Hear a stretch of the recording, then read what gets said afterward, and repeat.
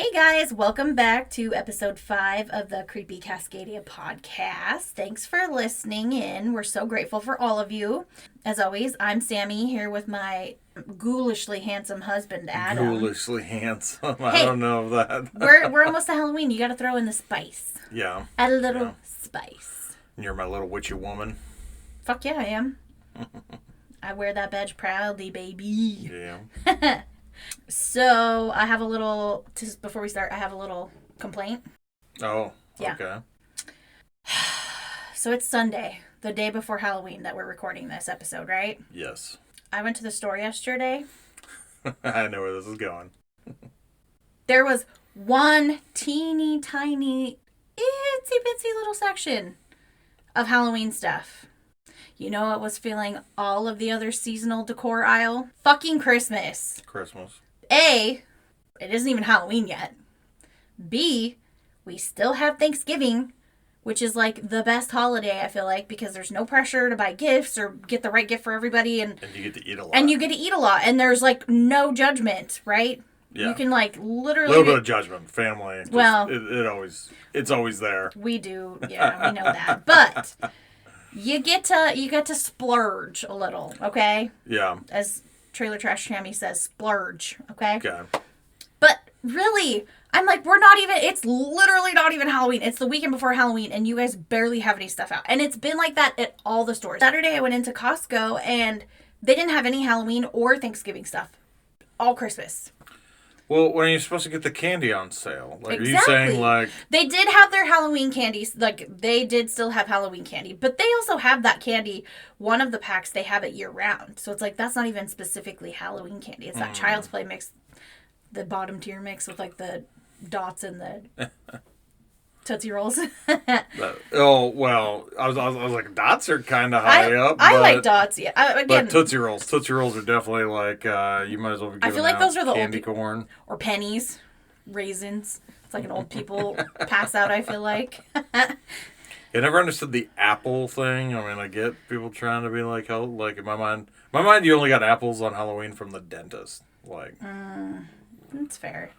But still, let's pump the brakes, all right? I'm all for decorating early and everything, but like, if you have a major holiday, let's give it its due. Let's give it its respect, you know? Yeah, but so on the flip side, it's the day before Halloween. If you haven't like decorated, if you haven't bought your candy, if you haven't Fair. prepped for Halloween by the Sunday, the day before Halloween. Like, you're probably not decorating for Halloween, right? Like, I'm going to be real with you. Part of my irritation comes from not having enough clearance stuff that I can buy for next year. Right. Because all of their stuff is almost gone, so there's nothing good that's going to be on clearance for me to buy. Well, yeah, right? Like, I guess that's what I'm saying with the candy is, like, when does clearance begin on stuff? And apparently it's the week before the actual holiday. Which is so stupid. Because there are some people, parents, I feel like especially, are like, shit, I got to get candy for my kid's class or something like that. They're going to be screwed. They're going to have to just get plain old bagged candy, not the good Halloween stuff. They're gonna give out candy canes. other Christmas. Go buy a tin of those like Christmas cookies. Those donks butter cookies. Yep. Oh my god! All right, I will say, I was mad, but then I also got super excited because I'm like, oh, we get to add Winnie to our ornament this year. Oh, we do. You know, because Adam and I have this tradition that we started, like the first year we started dating, we went to Leavenworth for my birthday, and we bought an ornament that had both of our names on it. We weren't even married yet. I was getting ready to move in though. Yeah, this was we had been dating a year. Yep, just over a year. Because our date-iversary is actually Halloween. Yeah. I don't know if we've mentioned that before. I don't think we have. So yeah, we, for our first date, went to a haunted house. Yeah. Which was Adam's choosing, which I later found out that he hates being scared. I did not. He did not disclose that before he picked our date. But he also knew that I really loved Halloween and spooky stuff. So, in the weeks leading up to our first date, we had talked, a lot. We met on Tinder, for anybody that's out there. Yeah, I was going to say, I'd been on online dating, and I found that the trick to getting second dates was you do something on the first date that the person wanted to do. If you just planned a date that was pretty typical, not noteworthy per se, right? You get lost in the ocean of fish. Yeah. So. But I literally, when he proposed that, I was like, well, fuck, now I gotta marry him because he can't fuck up Halloween for me. It's my favorite holiday. True story. She was like, this better go somewhere. Otherwise, I'm gonna be really mad. And then when we got actually serious and, we're in, a committed relationship, I'm like, shoot, now we gotta get married because I don't want to, have all these good memories associated with Halloween and then we break up and it's ugh. Yeah. Messed it up, man. So basically he just was forced into it. No. Forced. Yeah. It's so some might say meant to be, others might say forced, apparently. Nah, I think it was meant to be. Yeah. I put it in the meant to be column for sure. Making good memories from the very first date. Yep. I still remember, the haunted house wasn't all that creepy either. It wasn't. There was only one part where, it was I think it was a chick, an acrobat or something, or a contortionist. And Adam got all excited. No, just kidding. they were literally folded over a fence. Oh. And kicked up their legs. So they were upside down. Kicked up their legs into a handstand, and it was and you I was seem to have a really good memory of this. And I was like, nope. Don't I'm like that. It's not a human form where you expect human form. You know what I mean? Yeah. So I was like, because I hate spiders. So yeah, just seeing extra limbs where limbs shouldn't be was still gives me a little heebie-jeebies. Adam doesn't like spiders. That was about the only one, I took a step backwards into you. It was I just remember that I knocked over a gargoyle. Yes. And I was like, shit! It was fairly shortly after that. It was very shortly after that. We were like, well, maybe we go this way. And you were like, yeah, I'll just move this thing. And I bumped into it. I totally didn't mean to. It was I was like, oh, shit. He's going to know how clumsy I am and awkward I am. But he still loved me, so. Yeah. Well, he learned to love me. No, just kidding. No, loved you. Yeah. Yeah. But yeah. Yeah. We now to be fair, before the haunted house, we met at a dive bar. We did in Tacoma. In Tacoma, which is sketchy to begin with. Yeah, I didn't realize. I just knew that the haunted house was in Tacoma, and I was like, "Where can we meet?" Within a block of the haunted house, and I was like, "Well, here's a bar." It was the only bar. It had. I don't know, I swore it had reviews that were okay, but when I showed up, I was like, please don't let that be, oh crap, it's the bar we're meeting at, yeah, and you were already there, you beat me there too, so I was doubly oh no, she's gonna hate this, does she even really wanna? Well, it gave me my first indication of Lang Bean time. That is true. Yeah, that is true. Adam was running late. I was probably a few minutes late, it was I was probably to get to Tacoma takes me this long, and then I completely forgot that I had to drive through Tacoma. Yep, to get there.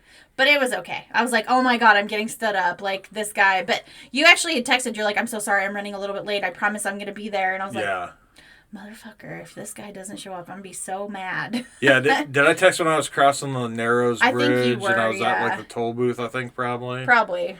Because I don't think, or maybe when I hit a stoplight, after the bridge, but somewhere in Tacoma. Yeah. When I knew I was definitely not making our meetup time. Mm-hmm. So yeah.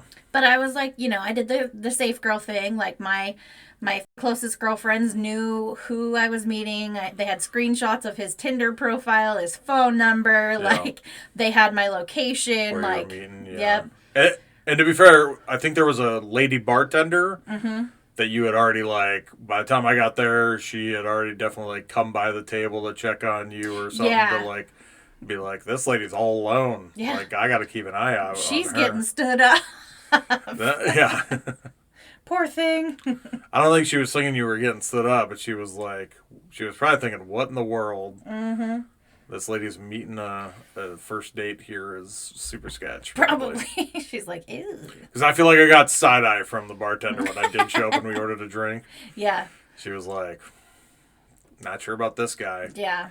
Walking all bearded, scraggly. I probably actually, disheveled. I think I had told you, like, and you'd mentioned this before, like, your pictures, I mean, I thought you were cute in your pictures, but when you walked in with your beard, because most of your pictures didn't have you with a beard, I was like, oh, snap. Like, this is my type. Like, tall, dark, handsome with a beard. Like, oh, I was like, ooh, you're even cuter than your pictures. Like, it's about to go down.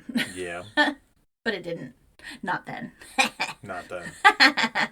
But anyways, yeah, so Halloween is always, like, you know, doubly special because, A, I love Halloween, but B, it was when I met my person. Yeah. Yeah. Yeah.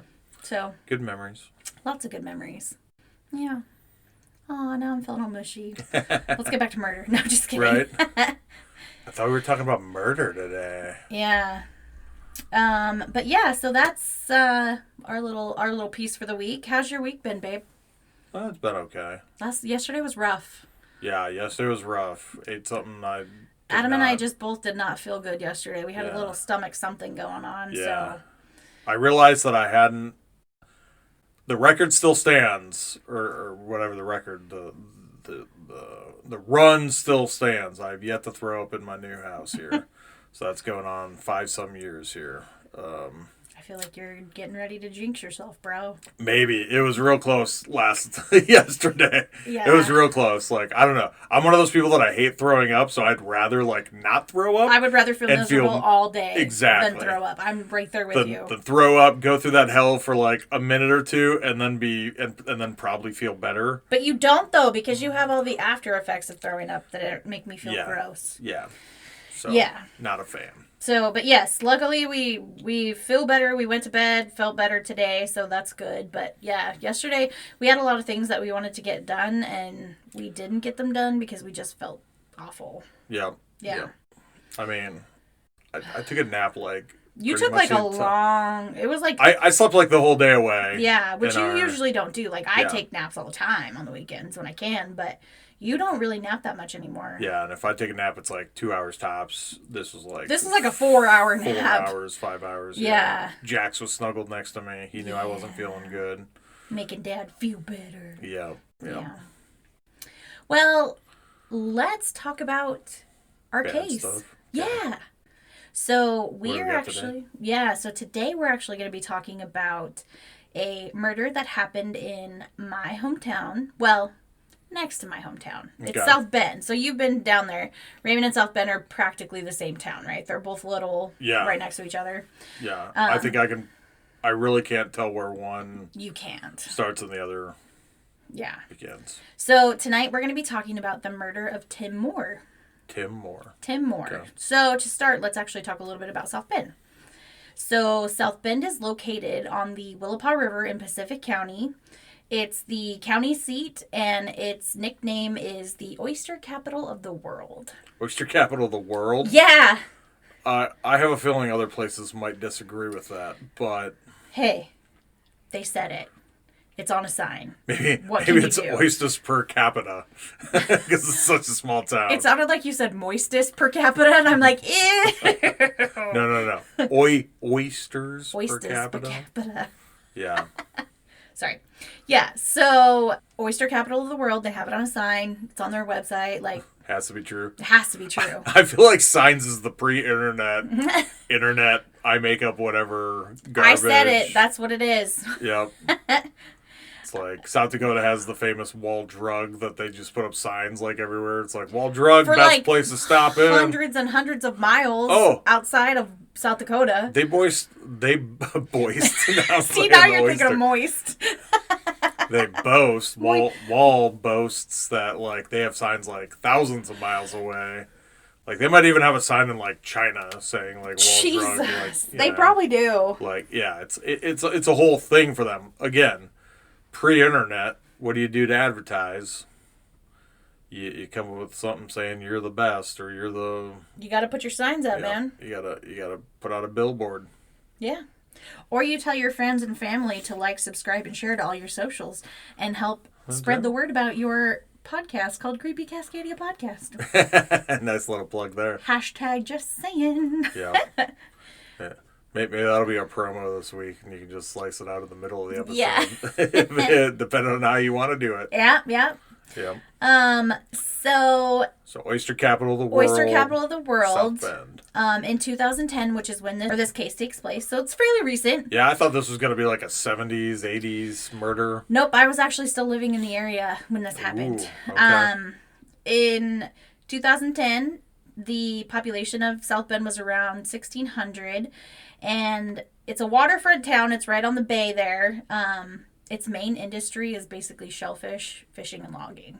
Okay. You know, there's lots of forest areas around South Bend. There's a cannery or two. I think there's maybe even more than that, but I know there's one big cannery right there in South Bend.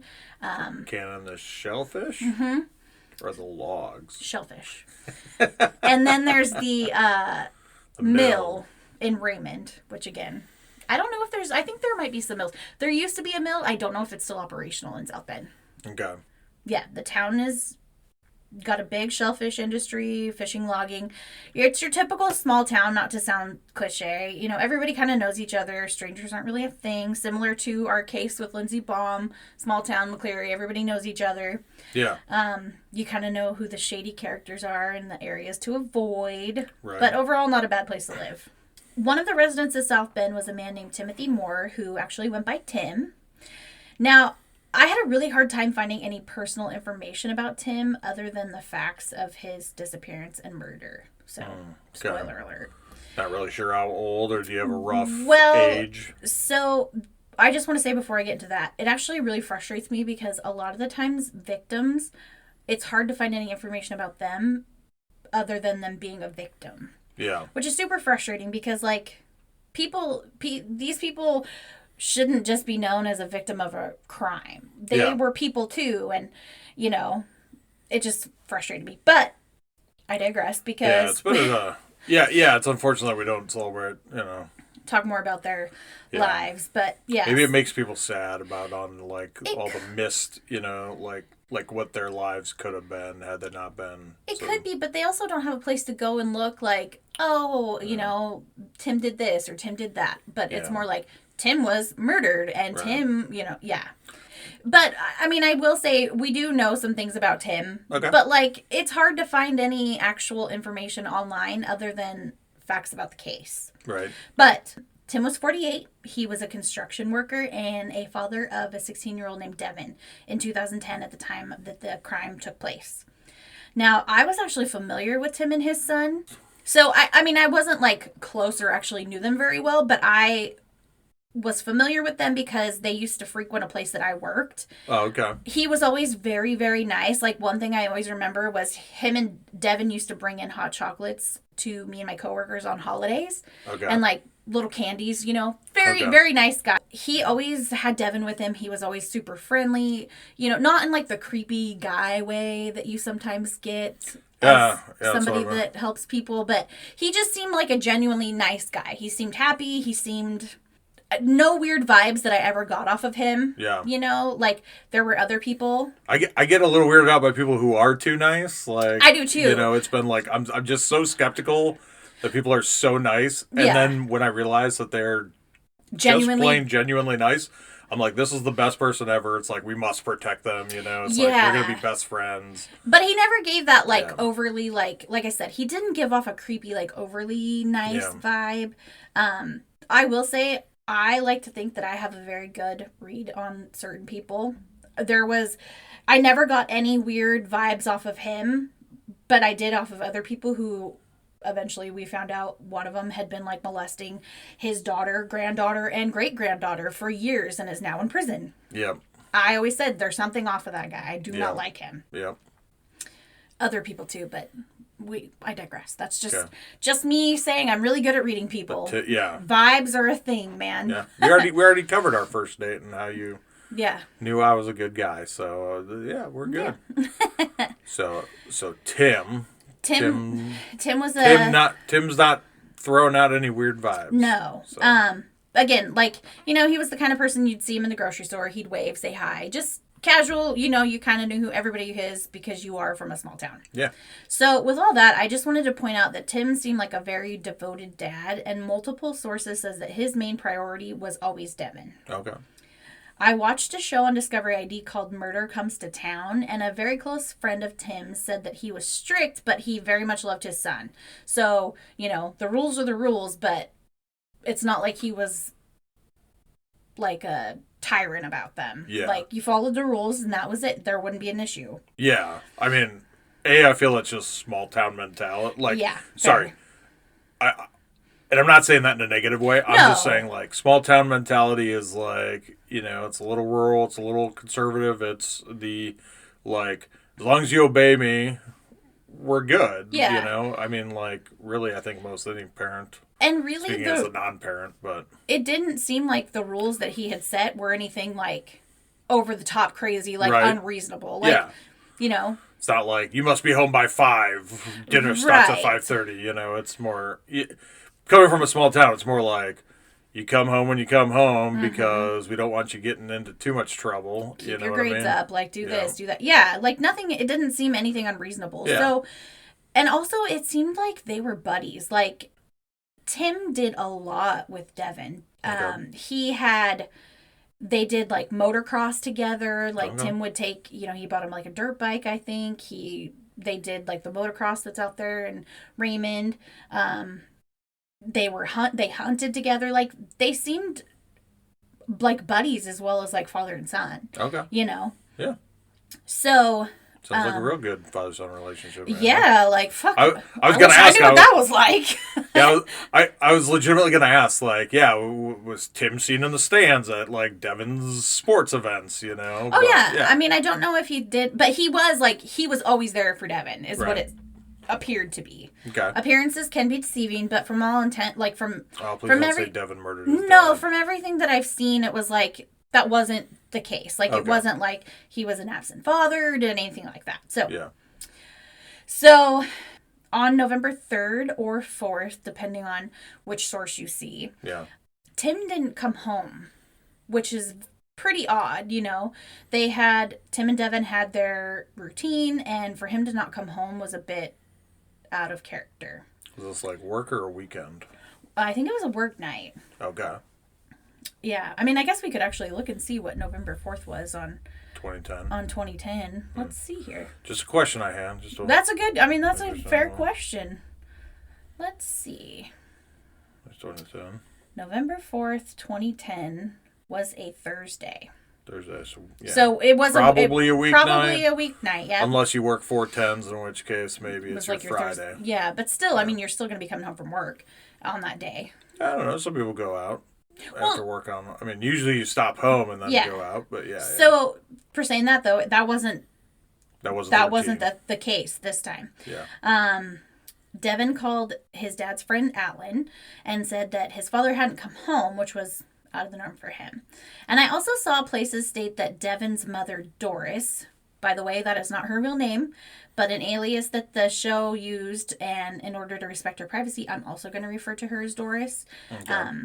But I've seen that she actually called in to report Tim missing as well. So I'm not sure how.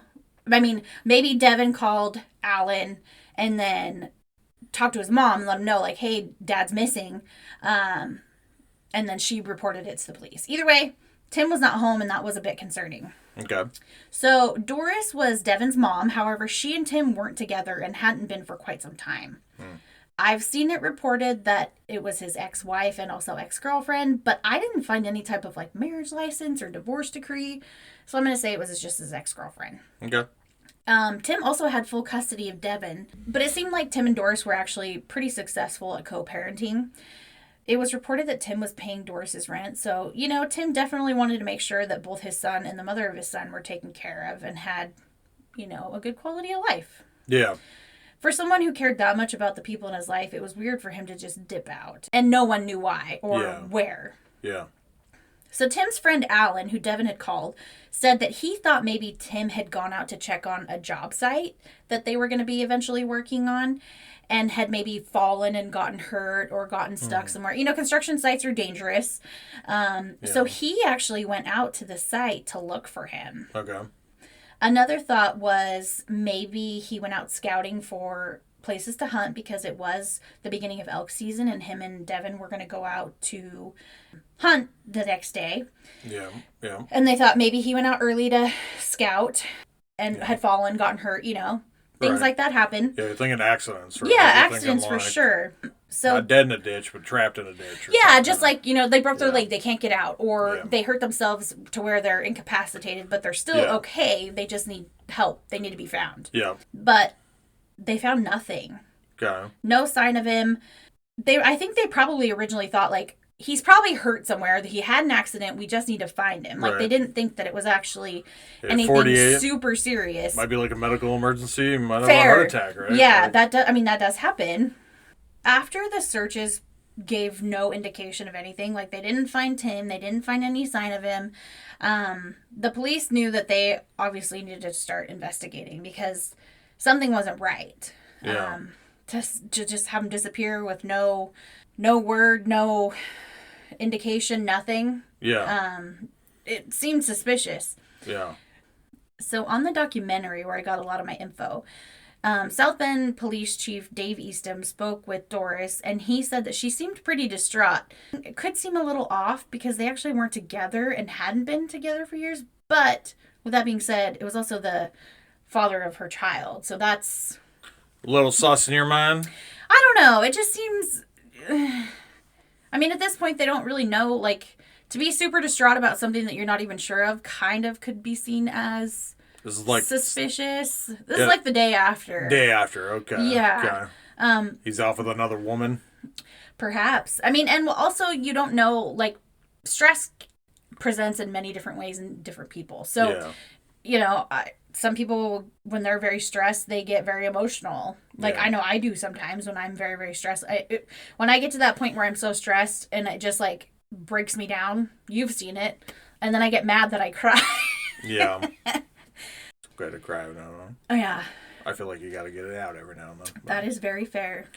Yeah. So, yeah, it's hard to judge how some people handle stress or trauma like that, which is why Eastham also attributed Devin's demeanor as him trying to be strong or tough. He was pretty unemotional at this point. Okay. Many of the other officers in the documentary also noted that Devin seemed pretty detached or unemotional, which is concerning because, you know, you never know. Something happened to his dad. They can't find him. Like, is he going to do something to himself as a stressed out teen? You know, we've talked so many times about the emotions and hormones that are happening as a teenager. So that's a little worrisome. Yeah. Right? Yeah.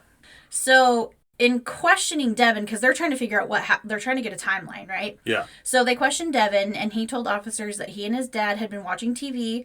They'd had a bit of an argument the evening before because of Devin's grades. So Tim had told Devin if he made the honor roll, he was allowed to drive because he was now 16. Okay. However, he didn't make the honor roll, and Tim was pretty firm in his decision. So Devin was a little upset, but, you know, they agreed to talk about it later. They had plans to go hunting the next day. No big deal. Right. Devin went to bed, and then, like I said, they had plans to go elk hunting early the next morning, which is why they thought he maybe had gotten hurt out scouting.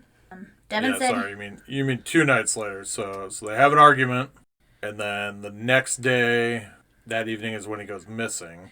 No, so they have an argument. Devin said he went to bed. Yeah. He woke up the next morning and noticed that Tim wasn't home and his bed hadn't been slept in. Okay. So it's the night. Okay. So, say Thursday night. Yeah. Into Friday morning. Yeah. Okay. So, yeah, Tim wasn't home. And his bed hadn't been slept in. Mm-hmm. And they're out looking. They'd been out looking. So it's where's his car, right? Like, the most obvious thing is where did he go? Mm-hmm. Find the transportation, right?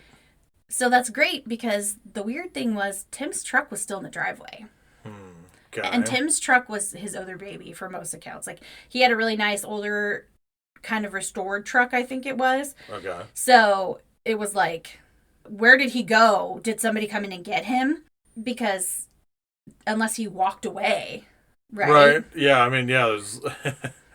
Which does happen in walking maybe happens, but some of these, I mean, like, depending on where they live, like, things might be, like, a mile away. Right. Right? Like, I mean, it's entirely possible that, like, like, you wouldn't just leave your car. Yeah. But, I mean, so you're saying the last person to see him is his son at home. And bed hasn't been slept in, truck's still there.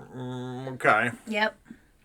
So we're now a few days into Tim being missing, and there's no word or sign of him. So police bring in tracking dogs to try to get some clues as to where Tim may have gone. The dog actually tracks his scent to a gas station near the home, but when they ask about the surveillance cameras at this gas station, they're told that they don't work. They're actually not even functioning cameras. They're just for show. I know, they really don't ever work. Anybody out there wanting to shoplift, you're probably fine. Yeah. Like, sorry, I shouldn't be advocating for crime. Why are we always trying to figure out how to do the crimes better? Right. I'm just saying, odds are, like, it's a blinking light and it's not being fed anywhere. I'm just... So, I have no faith in grocery or gas station surveillance camera. So that's pretty discouraging, to say the least, because it's a dead end. Like, the dog tracked him there, but nothing. Yeah. So the dog also tracked Tim's scent to a less desirable area of town and to like the home. Of the night. No, to the home of a suspected drug dealer. yeah, drugs. Okay. I don't know if he was a drug dealer or if he was just in drugs, but he was known by police. Okay. It's never a good thing. No. So the police get permission to search the home because they're looking for Tim. They ask the guy. He's like, I don't know. I haven't seen him. He's not here. Right. But in the documentary, the police chief says, like, they told him, we're specifically here looking for Tim. Anything that we see outside of something that could point to where Tim is will be ignored, because basically, like, they knew this person was into drugs. So they were not there trying to bust him. They really just wanted to find out why Tim's scent had been tracked to this home. Yeah. Yeah. They're like, our warrant only covers Tim. Well, and they didn't even have a warrant. They basically, like, told the guy, like, we're coming in or we're coming back with a warrant. And that would probably be worse for that person to come back with a warrant. Yeah. But the guy that owns the house let him in. He let them search the house, and they didn't find anything. And he said that Tim would occasionally buy car parts from him, so they think that's why his scent had been tracked to that location. Okay. Nothing I saw said that Tim was into drugs or anything like that. In an interview that comes up later, Devin's mom actually says that he used to grow marijuana back in the day. Yeah. But they didn't find anything to support that. Like, there was no evidence that supported that he had either sold marijuana, grew marijuana, or if he had, it was a long time ago and he wasn't. Yeah, I mean, it sounds like he's a fairly responsible person. Yeah. For the most part, doesn't lend itself to... Which I'm not judging, because weed is now legal in Washington. If you want to smoke weed, do you, man? Yeah, I think... I guess when you say, like, less reputable, like, I'm thinking meth. Yeah. I'm thinking harder drugs, like 100%. More than just marijuana. I think that's the case with the guy that owned this house. I don't think it was marijuana. Whereas, again, like, meth, that type of stuff tends to... You know, there are those types of problems in that town. You know, there are some things that go on, so it's not you're not being unreasonable in that assumption. Yeah. But again, they're at another dead end. They don't know. Yeah. You know, it's super frustrating because Tim was well liked and he didn't really have any enemies that anybody could speak to. So it's starting to feel more and more like foul play, right? Okay. They don't think he just walked off on his own accord. They know he would not leave his son. He was, not the type of person to do that. And really, he didn't take his wallet with him, I don't think. He didn't have anything to escape with, basically, if that's what he was doing. Mm. You know what I mean? Yeah. Okay. So he didn't have a vehicle. They found his wallet. He didn't have any of his stuff. Like, he didn't take any of his clothes, it doesn't sound like, because they didn't think that he walked away. He didn't pack his backpack with his favorite stuffed animal, like our throwback to our first son. He didn't have his stick with the bandana and all his stuff in it. No. Didn't have his hobo sack. Yeah, nope, he's not out there riding the rails. Nope, not riding the rails. You're so cute. God, I love you. But, yeah. Yeah, so I definitely worry here that they're going to be like, well, can't really find him, so where does the spotlight go? It goes back to the home. Yep. So, with no other leads, the police start interviewing family, friends, neighbors, just trying to get any indication of where Tim might be. And they actually get a hit with one of the neighbors. Around 4 a.m. the morning Tim disappeared, this neighbor heard some commotion outside and she looked out her window and saw a figure washing Tim's truck.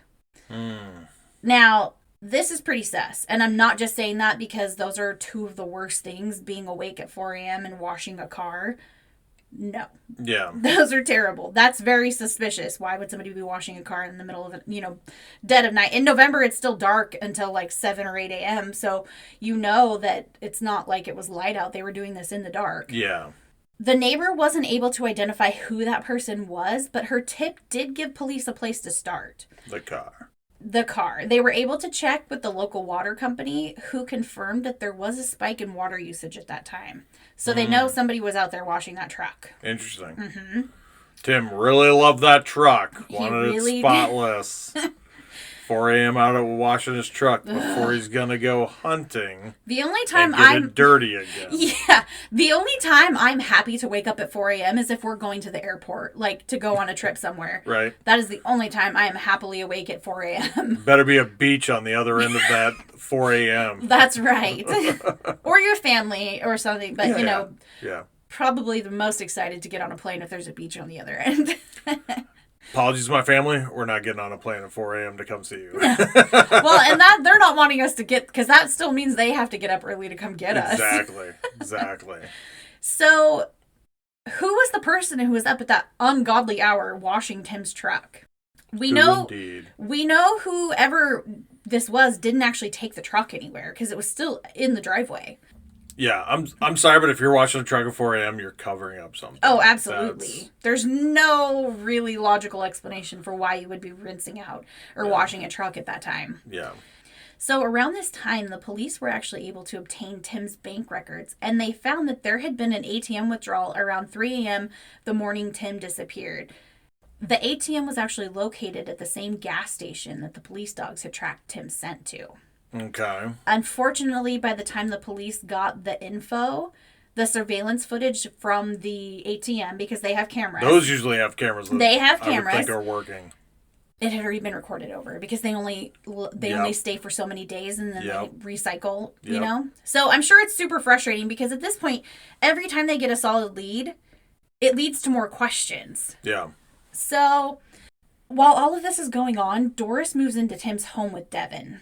Some saw this as odd. Why didn't Devin move into her place? But he lived with his dad full time. So I feel like her moving into his house, maybe his house was nicer. Or maybe she was trying to keep Devin from like any more trauma. Like let him stay at home, keep him his life as normal as possible. Yeah, that's very reasonable. Yeah. So to me some people mention, and I actually remember people like being very suspicious of her and her actions. But small towns, everybody's suspicious of everything. So I don't think that's really fair. Right. Yeah. He already said that he might have been paying her rent, so it's more... Yeah. Like, I mean, I'm not saying his house was paid off, but... Yeah. Might as well go keep stay him there. Yeah. Yeah. But this made it harder for police to search the home because Doris technically didn't live there and Devin was a minor, so neither one of them could grant them permission to go in and search. Who would? Like, who do they have? You'd have to have a search warrant because you can't, if they went in and they hadn't gotten valid permission to search the home, anything they found during that search would be inadmissible. So I get that. Mm-hmm. But I mean, like, so Tim is the only one who can authorize. So they would have to... Tim is the person missing. So right. Why? You just go get a search warrant. So at this point, they'd have to have sufficient evidence that would point to either a crime had taken place in the home and a judge could grant them permission to get a search warrant and search the house. But at this point, they still really don't know what happened. Like, there's no... Yeah, it's suspicious that the truck was being washed, his ATM card was used, but because they didn't have cameras, they couldn't confirm that it wasn't Tim that used that card to take money out, right? Okay. So getting a search warrant was pretty hard to come by at this point because there wasn't really any evidence of foul play at this point. That's unfortunate. I feel like it should. I feel like a search warrant should have been granted purely on the stipulations of there's nobody who can authorize us to come into the house. Like, you can't even go and ask, hey, can we come take a look around and be granted access? Like, if that's the case, no, that feels like a letter of the law not matching the spirit of the law. Sorry. And it happens all the time. Like, there are a lot of things I'm pretty sure police officers get super frustrated because it's like, we know this needs to happen, but we can't do it. And they have to follow those rules in order to maintain the integrity of the investigation, because if they get something that they obtain illegally, they can't use it, and it could actually lead to somebody going free or getting off on a technicality, which happens, and it's super frustrating. Being in law enforcement is not easy. Like, I know that there are not good cops, but there are good cops too. So it's like really hard to toe that line, I feel like. So months go by, nothing. Months go by, nothing happens, no word or sign of Tim. Then on April 1st, 2011, so we're about 5 months after he goes missing, 2 woodcutters who were actually acquaintances of Tim's were out in the woods about 20 miles out of town, and they discovered a human skull. So one of the guys actually thought it might have been Tim because there was a flannel shirt he saw, and Tim was known to wear flannel shirts. You know. The police were called in and they secured the scene. Grays Harbor County Sheriff, I think the Washington State Patrol, local Raymond Police, South Bend Police, everybody kind of grouped together to get this thing figured out. So they secure the scene. They also found a bloody sheet and towel near the scene. Upon closer inspection, they were able to figure out the cause of death pretty quickly. There were 4 small bullet holes in the back of the skull. But this was kept under wraps and wasn't public knowledge. Small bullet holes? Okay. So what they didn't find were any shell casings, so they knew that this was not the crime scene, just the dumping spot. I think the bloody towel, bloody sheets are maybe an indication of that as well. That, like, right. Somebody was trying to had them wrapped up. Or had them wrapped up, and transported. So the skull was rushed to what I think I saw that it was the King County Crime Lab, which is a bigger jurisdiction, to get tested and verify the identity. Dental records confirmed Tim Moore was no longer a missing person, but now a victim of homicide. Okay. So this was Tim. With this discovery, the police were finally granted a search warrant to enter Tim's home. 5 months later. Yeah. They waited until the house was empty, which I didn't think was something they could do. And it struck me as odd, but I guess they didn't need permission to enter the house because nobody there could grant it anyways, right? Right. But it seems odd, but I guess they can do what they want. Anyways, while searching the home, they found some blood spots in the garage and what appeared to be blood spatters in the home. All of the samples were collected and sent for testing. Now, in Tim's bedroom, they found some pretty telling things. They found the matching sheet that was found at the crime scene was still on Tim's bed. Okay. They also flipped the mattress and found what looked like a blood stain on the underside of the mattress. Okay. So when the bed hadn't been slept in, it really had been made to look I'm that assuming so, yes. Yeah. They collected samples from that, and then they also found a spent .22 shell casing that was like stuck in between the bed frame and the mattress. Okay. So it looks like you always got to get your shell casings. So any of y'all out there doing crimes, quit giving people tips on how to get away with crime. Shell casings. I'm sorry, I see that in movies. I know. That you collect you pick up your brass. Everybody knows that. Pick up your brass. Police your brass. So, I mean, it's looking like Tim was killed in the house. Yeah. Right? Yeah, absolutely. Those bloodstains on a mattress. Which you can until they confirm that it actually is blood. It's hard to tell because there are lots of gross things on mattresses. Yeah, I mean, depending on how dirty the person is, sure. Yeah. But I also say that most people's mattresses don't have large what appears to be a large blood stain. Yeah. Yeah. Yeah. So the police decide to bring Devin and his mom back in for some more questions while they waited for the test results. With the discovery of potential blood, it was very much suspected that Tim was murdered at home, like we said, and then dumped in the woods. Yeah. Chief Eastham again stated in the documentary that Devin was void of any emotion in talking about this father. But that itself can't be used as damning evidence because grief is such a hard thing to quantify, right? Everybody deals with grief differently. Some people shut down. Yeah. I sometimes will shut down if I'm at a point. Yeah, at a point. It's a process, right? Like, I mean, you have the 7 stages of grief or whatever, right? Right, like, right. You can't stay in denial or whatever the whole time, really. I mean. Well, some people just can't deal with it. But it was suspicious that Devin was home all night and didn't hear any commotion. Yeah.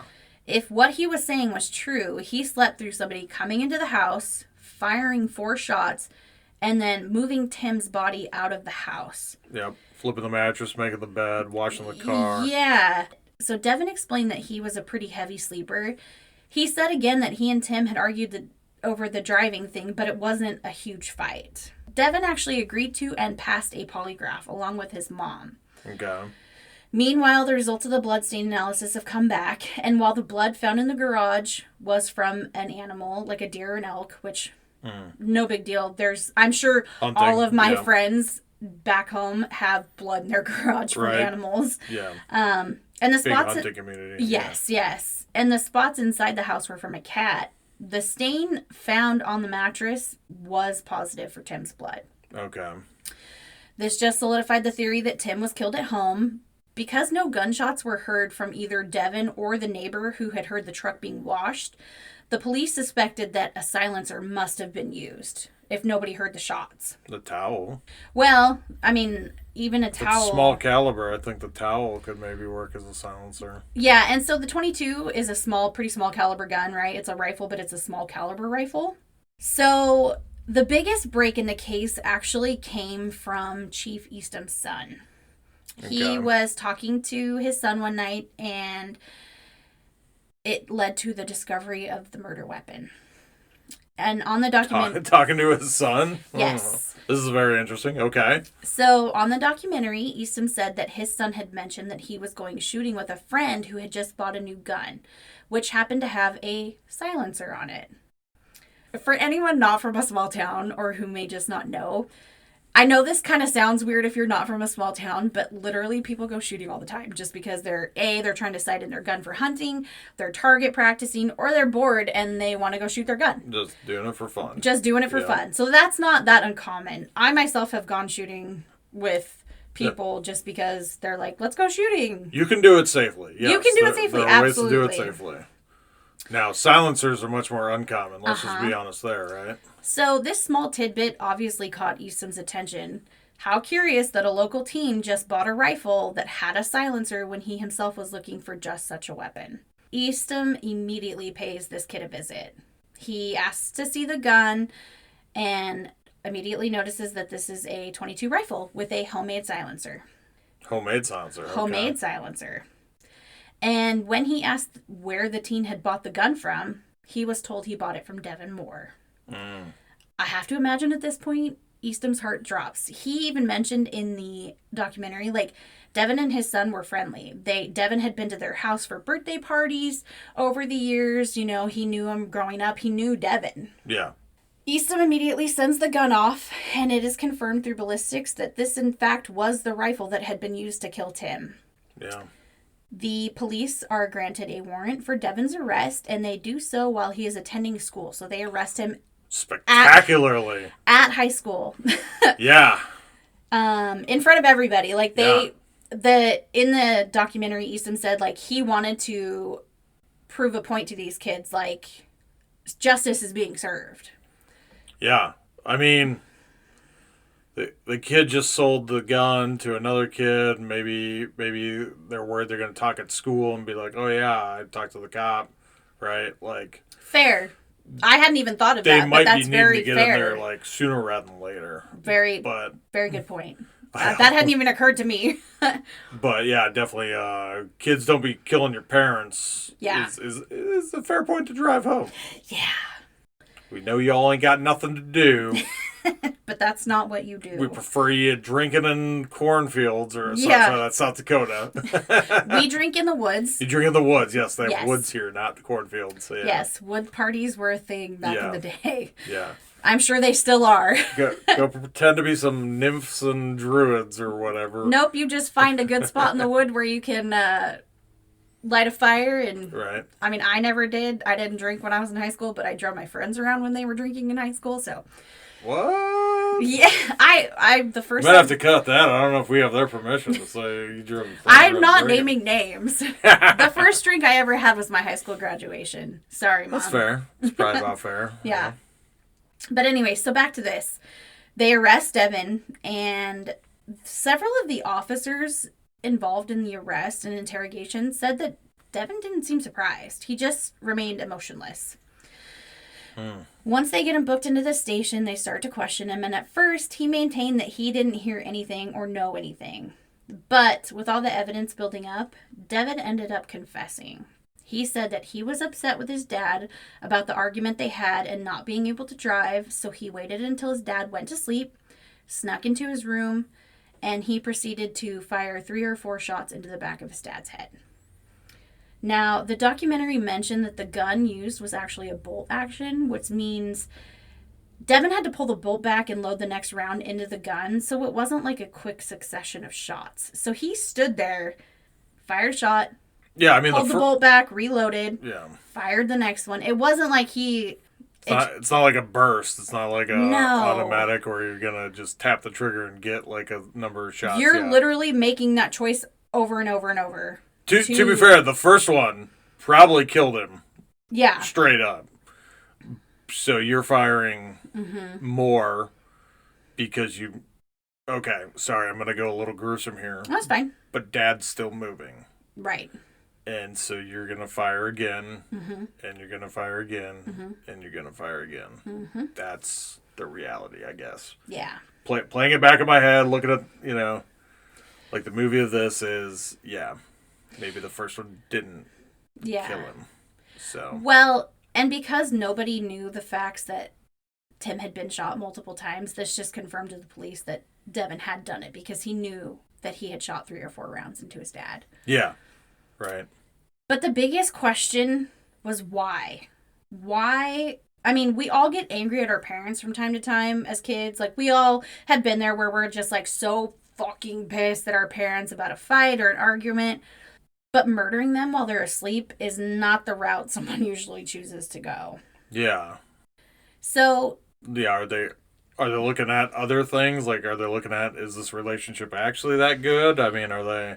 So that's perfectly brings me into my next point. Okay. So in the interview, Devin claimed that his dad had been abusive for most of his life and he was afraid Tim would kill him.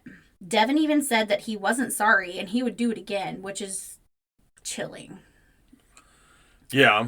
I mean, I want to say abused people do reach that point, right? Like where... Yeah. Like they feel it's them or the other person, And maybe the driving thing...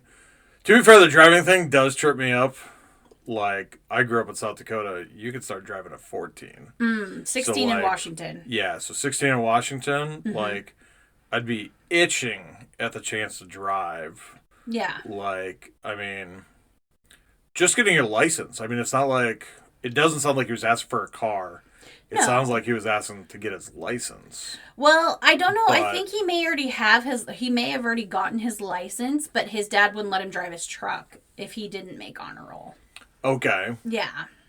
Yeah, okay. And if the truck's his baby, he wants to know that his son is like, what do you want to say, making good decisions type of a thing. Yeah, and I feel seems reasonable. I feel like that's fair. Like that, I know there's a lot of people that are like, not even just making honor roll, but like, if your grades fall below a certain point, you lose this type of privilege, or that's not unheard of. Yeah. And it sounds like Tim was, the rules are the rules. If you don't, there's no gray area. The rules are the rules. If I say you have to make honor roll and you don't, then until that happens, you're not going to be able to drive. Yeah. Which isn't. I mean, there's all types of parenting types.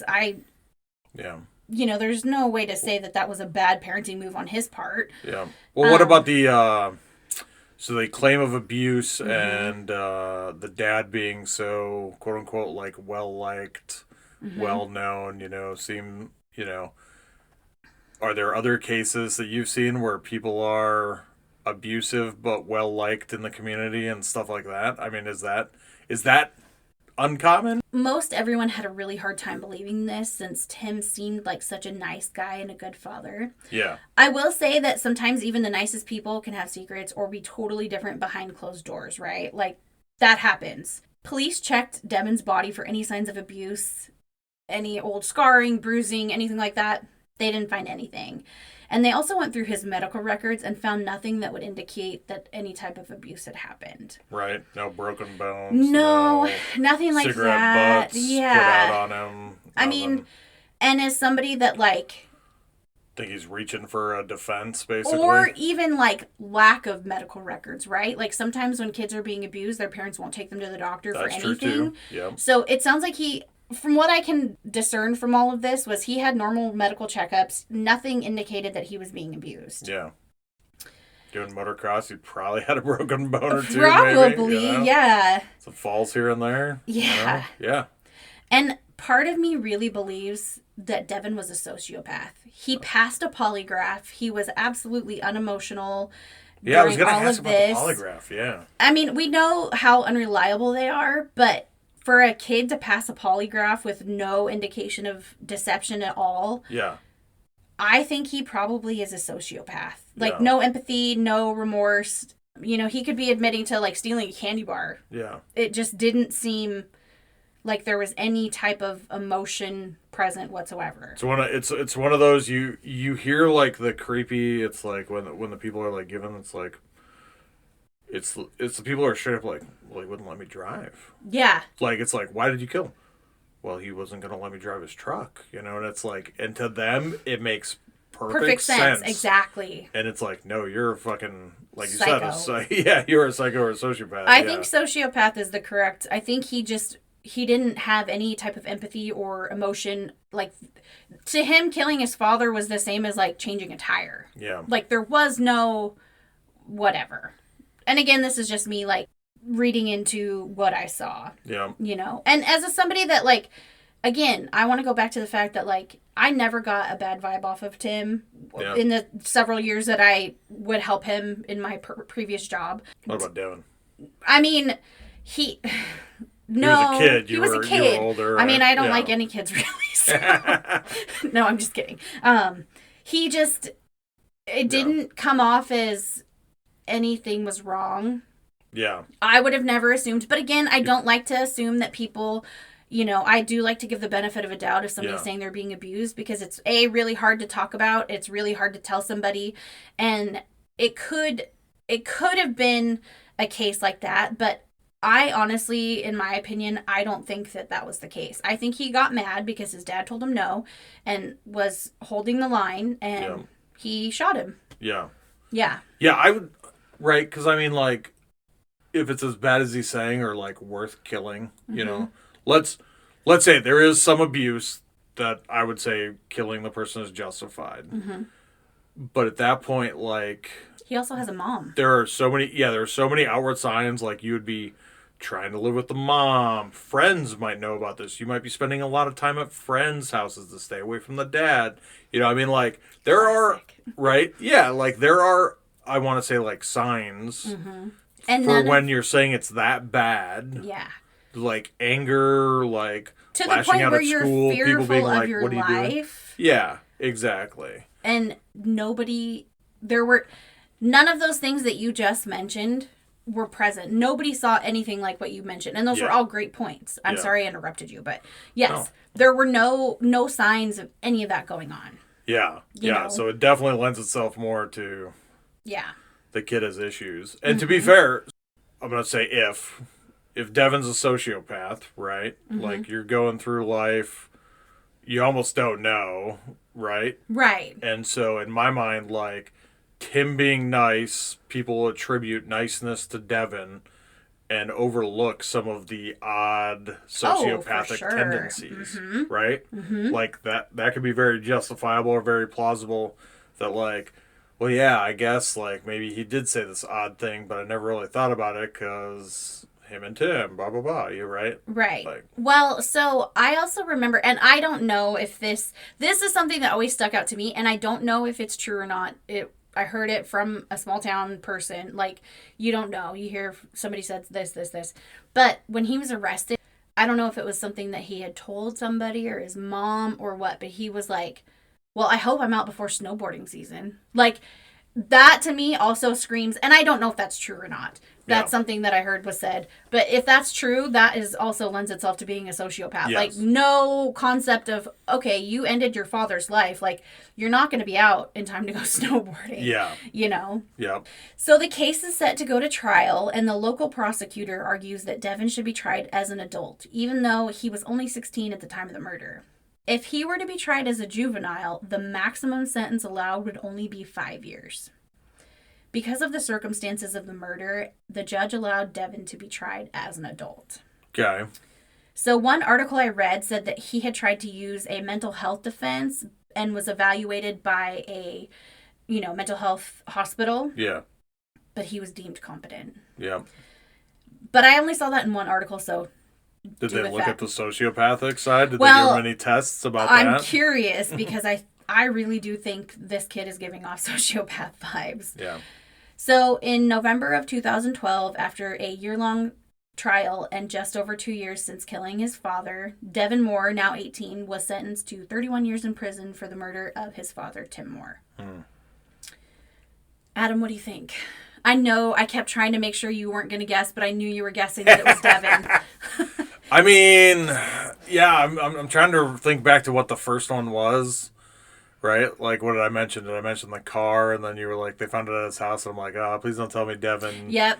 It's like, please don't tell me Devin killed his dad. Like, that feels so bad. Like, you've already told me how nice they were and this and that. And yeah, it's like... Well, I mean, to be fair, we've done a bunch of child murders. Now we're doing a child murderer. Now we're doing, what is it, patricide? I think it is patricide, yeah. Yeah. Patriarchy. Yeah. Kill the patriarchy. I mean, fuck the patriarchy, but way. not that way. Yeah. But the, yeah. So you got the, the inverse. Not child murder. Mm-hmm. I don't know. It's really interesting. It bothers me that they have to find the skull randomly for, like, anything to happen. Like, in my mind, like, going back to, like, the Lindsey Baum case, where that skull was, like, so far away, it's, like, the fact that you can, like, if you put any amount of distance between you and the crime scene, or the body, drastically changes the chances of, like, solving that murder. Oh, yeah. Like, F's with my head. Like, I have to think, as being a police officer, it has to be so frustrating at the limitations that are put on you in investigation. Yeah. Not even a police officer, like a detective. There's so many rules as to how and why you can do something. That has to be so fucking frustrating. Yeah. I feel like your hands are tied a lot of the times. Yeah, the searching of the house, like... Had they been able to ask, I think would be a very interesting question. Had they been able to ask... Like, if Devin were allowed, let's say 18 years. Oh, man, I just thought of something even more terrible. Okay.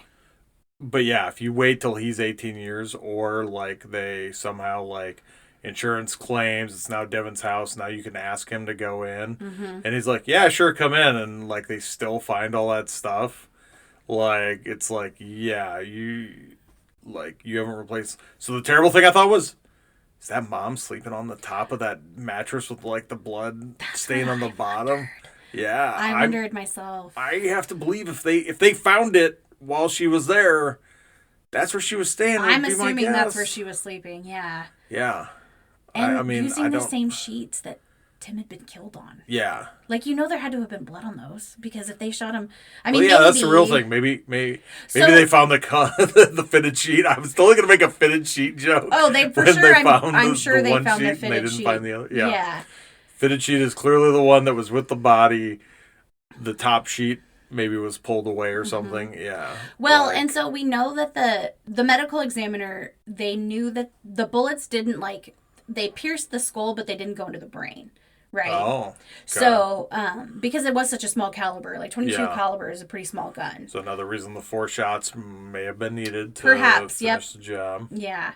So it's not like they shot through the mattress and like he bled out. But there had to have been blood. Like, obviously, if it stained the mattress, it then got on the fitted sheet. Yeah. But yeah, I think the top sheet is probably what was still there. Yeah, it's... Yeah. It's a very crazy case. Like... Yeah, how did the community react? Like, people were fucking shocked. Yeah. I myself, like, because I knew, like, I saw these people on a fairly regular basis. You know, me and my coworkers did. We saw them on a, semi-regular basis. Okay. People were shocked. So, yeah, so I kind of want to dive a little into that. So the timeline goes missing, right? November. Gone without a trace. November 3rd or 4th. Yeah, gone without a trace. I actually got, You have 5 months where they don't find a body. Nothing. Right? So, like, during that 5 months, people are shocked, like, where the hell did Tim go? Did Tim get caught up in something? Missing posters had gone up. People were, like, still looking. The entire time. Yeah, I'm imagining something similar-ish to the Lindsey Baum thing. I mean, adult man versus a girl. Yeah. It is wildly different, I mean, again, maybe had the truck been missing, I would have just been like, oh. He took off. Tim we don't know off, why, right? but he took off. Yeah. It's almost like, I know it's harder to hide. It's harder to, like, get rid of the vehicle and make it seem like he took off to, like, be able to get back, to be able to ditch the vehicle and then get back, right? Yeah. Is a lot harder. But, again, I think it makes it much more, like, less likely that, like, they're going to look as hard. You know what I mean? Yeah. But they will also find the vehicle eventually. Like, there's always... It's really hard to get rid of a vehicle. It's very... Yeah.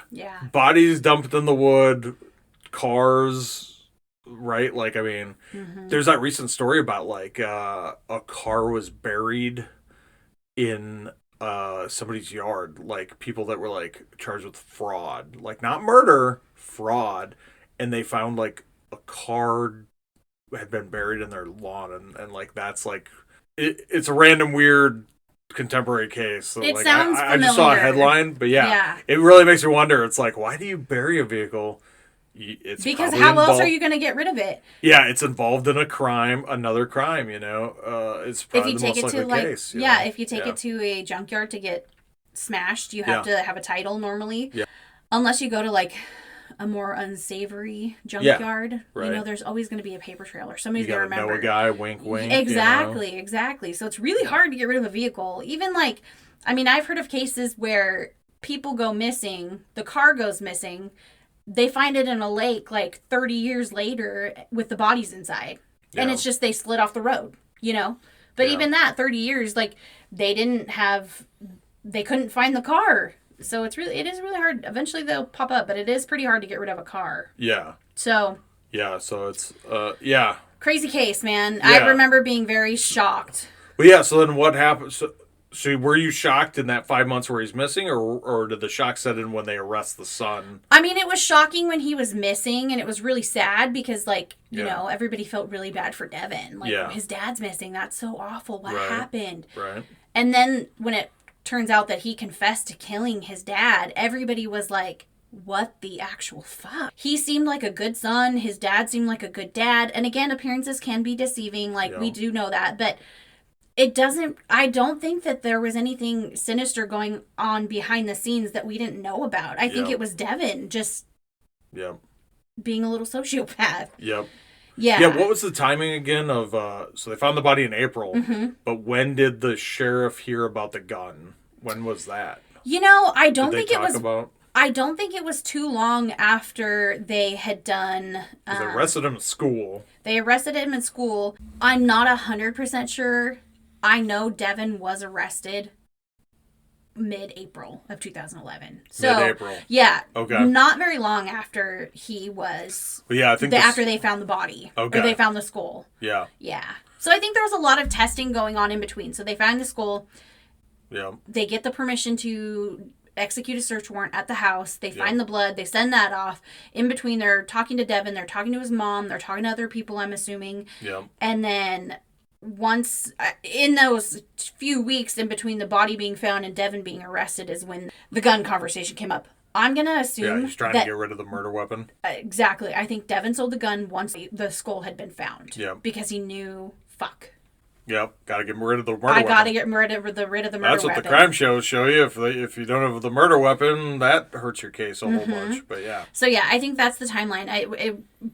By the end of April, he had been arrested. Yeah, I guess I was really wondering if the snowboarding comment was like fall. I guess that's kind of. Oh, no. It was the same month that they found the skull. Yeah. So. Yeah, so I bet the shock was like, oh my God, that Tim was murdered, and then.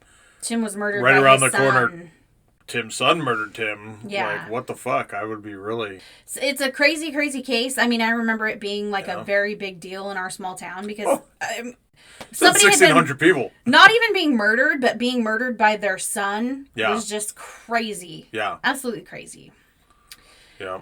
So, yeah, that's this week's case. Don't blame the druggies. The druggies are just selling them car parts. That's right. Don't blame. Not all the druggies do it. Man. Who's that? I'm really interested in the ATM. I still have questions about the ATM. So they found a cent, but we think it's Devin went to go pull out money? I think. Like, that's real weird. So, like, what I think. in the mist of Tim's blood, like, what I think happened was Devin had loaded Tim into the back of the truck. Yeah. He went and dumped the body. Yeah. Stopped at the gas station to pull out some money. Yeah. That's why the scent was traced there, because the truck had been there with the gas or with the body. Yeah. You never know if like maybe some blood had dripped out, or he hadn't washed it yet because then he went home to wash it. So I think that's what happened. Devin had taken money out using his dad's ATM card, and then so crazy. Super sad case. It's not just big cities that murders happen. No, it's really not. It can happen anywhere. Terrible things happen everywhere, so enjoy that.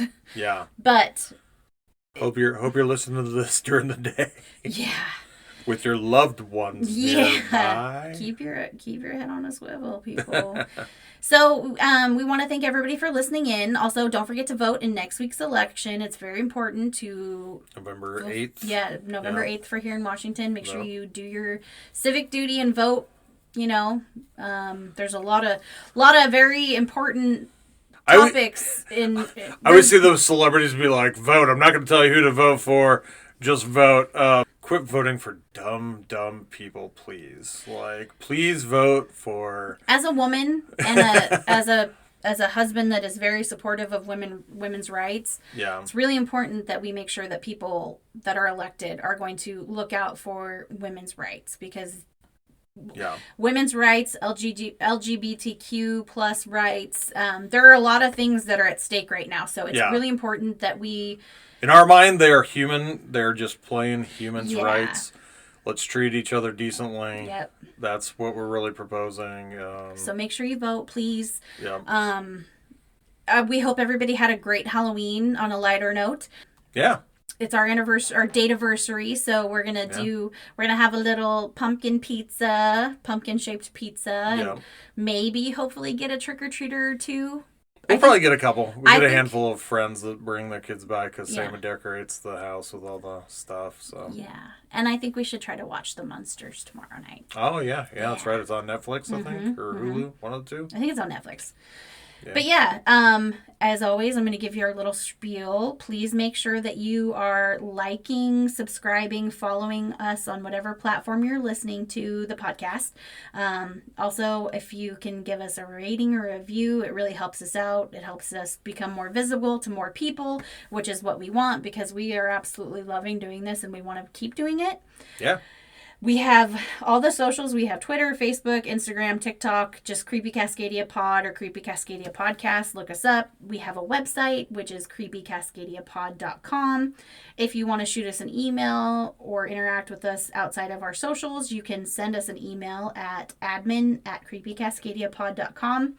We'd love to hear from you guys. If you have suggestions, you just want to chat, want to tell us how awesome we are, we never get tired of that. So make sure you interact with us.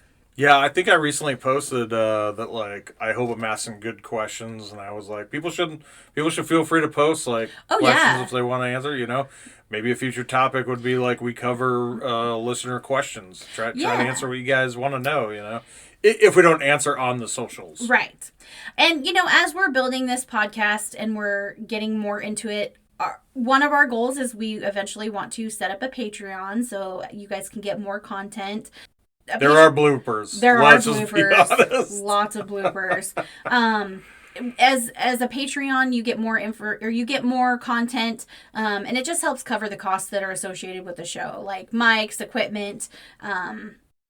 We do all of the research, editing, recording. We do all of that ourselves, and so it just kind of helps us out to make sure that we have the best quality equipment and things to bring you guys the best possible show. So, something to keep in mind. If you ever want to tell us any of your own stories, feel free to email us your own close encounters with a serial killer, murderer, crime, cult, paranormal, anything like that. Feel free to shoot us an email. We would love to eventually, read some of our listener stories on air as maybe part of our bonus content. So, Yeah. yeah. If you confess to a crime, we're turning it into the police. Yeah. So please don't confess Pretty to sure us. we have Please a just confess duty to in the our, police. to do that. Yes. So, yeah, we hope everybody had a great Halloween, and we will see you guys next week. Stay creepy. Bye. Bye.